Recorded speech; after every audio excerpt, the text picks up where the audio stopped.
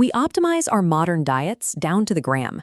We track macros, swallow supplements, and count steps.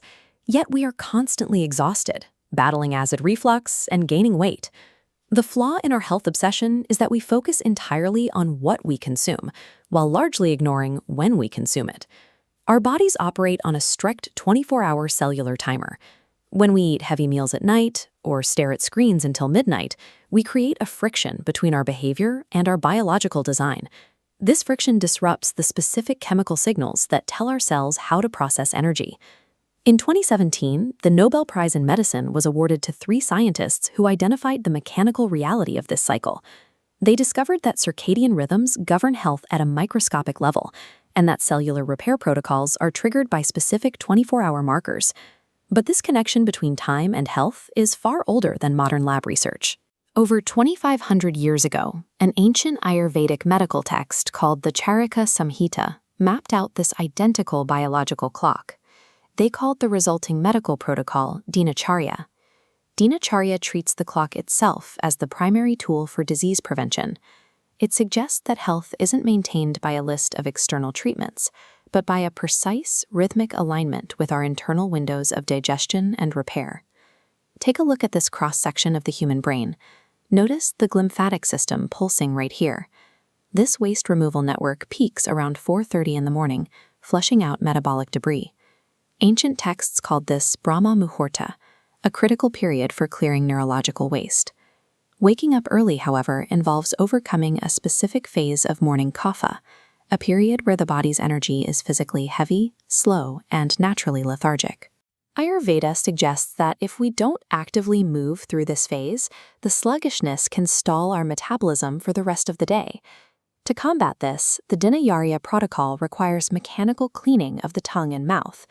Practices like oil pulling target the oral microbiome, which modern dentistry confirms can reduce cavity-causing bacteria and lower systemic markers of inflammation. Next comes physical exercise.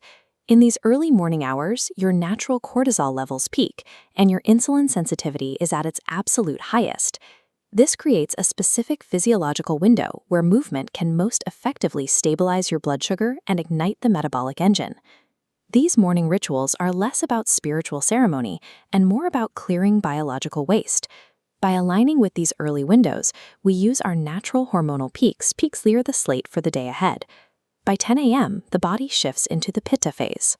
This 4-hour window is when your internal digestive fire, or Agni, reaches its absolute maximum intensity.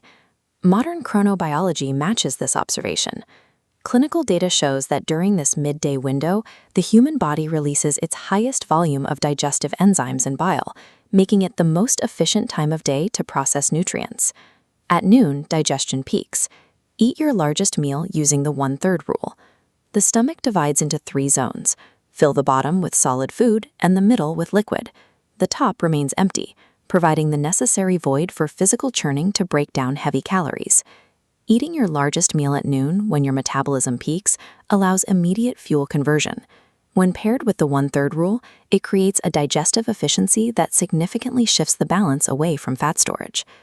As the sun sets, the body shifts back into a slow kapha energy. The digestive fire cools and our metabolic rate naturally dips. To accommodate this, evening meals should be light and completed well before 8 p.m. to prevent food from sitting unprocessed overnight. Immediately after this light dinner, the Charaka Samhita prescribes Autophagy, the practice of taking at least 100 steps.